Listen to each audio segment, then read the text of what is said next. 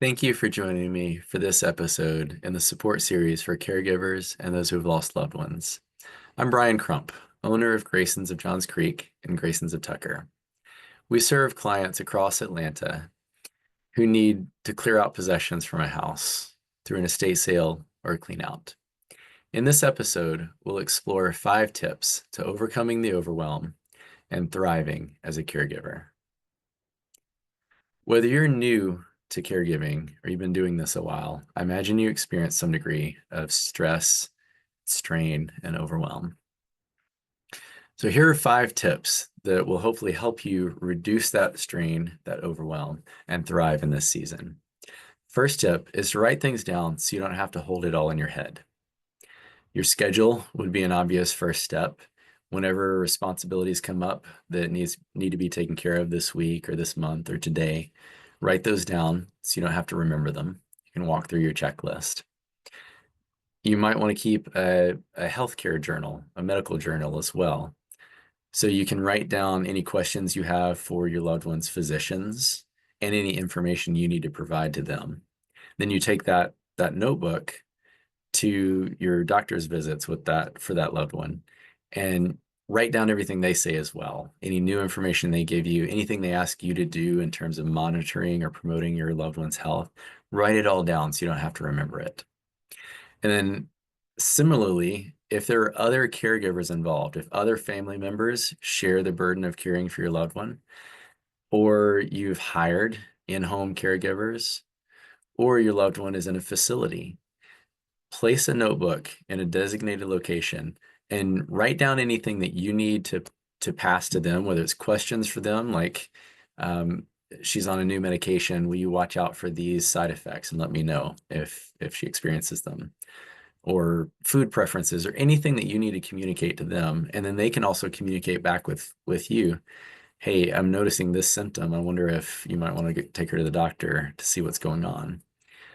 So that way there's two-way communication, but you don't have to remember in the moment when you see the other person what you wanted to ask or tell them.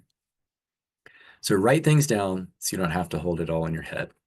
That's tip number 1. Tip number 2 is to establish rhythms and routines. So order your schedule in a way that is easy for you to manage, or easier for you to manage. If you find, for example, that it's easier to take your loved one's doctor's visits on a certain day of the week, schedule all the doctor's visits for that day. Or if there's a certain time of day that it works well, schedule the visits accordingly. Find ways to organize your schedule and all your responsibilities that helps to reduce your overwhelm and overload, make things simpler for yourself. But also remember, you need to be flexible in those routines that you create, because things will change from time to time and you may have to alter those routines. The third point is to ask for and accept help. Sometimes people may offer you help. People who care about you may offer to help. It's easy to thank them, but never really follow up on that. Think of ways that they can help. You know what? I have a really busy day coming up this Thursday. It'd be great if you could bring me dinner that day. Or I have a doctor appointment of my own on Wednesday afternoon. Would you mind sitting with him for 2 hours so I can go to that appointment? And ask for help. Even if people aren't offering, ask for help. You don't have to do this alone. The fourth point is to practice self-care, which sounds obvious, but it can be hard to do when you're as busy as you probably are. Remember, if you're not healthy, you can't care for someone else. Just like the oxygen masks on an airplane, put yours on first before you try to help someone else put theirs on. So 2 ways I would suggest that you focus on your own self-care. One is through rhythms and routines. Just like you're creating rhythms and routines to manage the load of your responsibilities, create time blocks for you. Protect time for activities that are life-giving to you.